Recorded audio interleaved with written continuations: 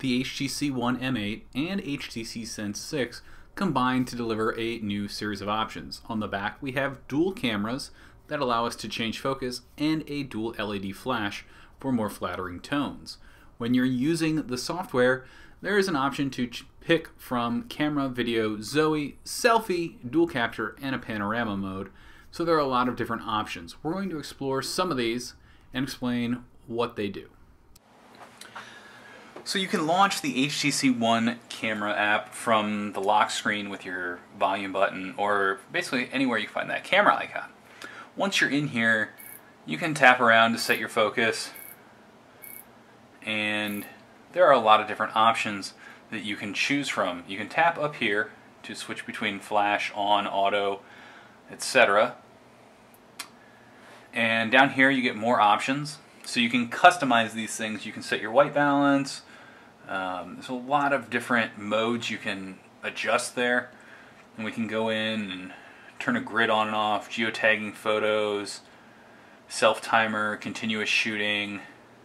There's a lot of different options you can choose, and there's some manual modes that you can adjust to change based on what you're shooting in, and other things like that that more advanced users might appreciate.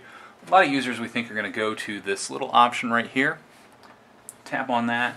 We can choose basic camera, basic video, and if you check out our YouTube channel, we have a sample video. It's pretty cool of this capturing the snow coming down here in Ohio in March. Zoe camera, which is a carryover from the other HTC One, and that's a feature we like because you can take photos and videos right at the same time with one shutter push, and you basically end up with a much nicer or a better chance at capturing either a pet or a child that's moving around a lot. There is the selfie mode, so we switch over here, and I guess it's going to do something. We can tap and it'll count down and we can take our selfie. Maybe there's some optimization going on there, and then easy share options.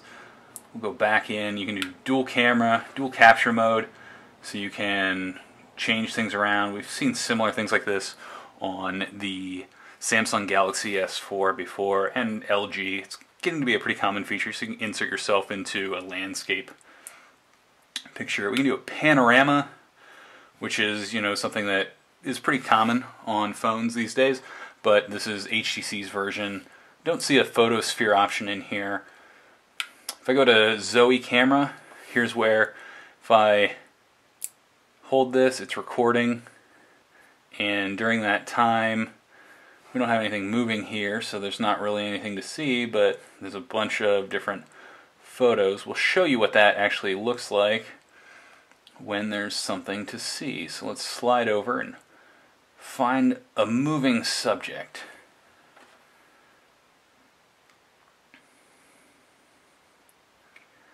So here we go. We have our frames down here, and if you pay attention to the eyes, so you have a child, you might be taking more pictures than I am of a puppy, but you're going to see different movements, a lot of it in the eye there. So maybe you want one where the eyes are wide open, or you want one where it looks like your puppy or your child is sleeping, so you can time it just right to get the eyes closed. Here you'll see we go from a variety of eyes. The same thing goes for smiles, all kinds of stuff. This is where HTC Zoe is just really handy.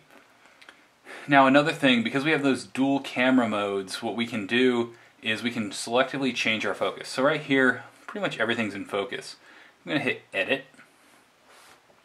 I'm going to go to this Unfocus option. So once I hit this, it's going to process it, and so I can refocus. You'll see back here is now out of focus.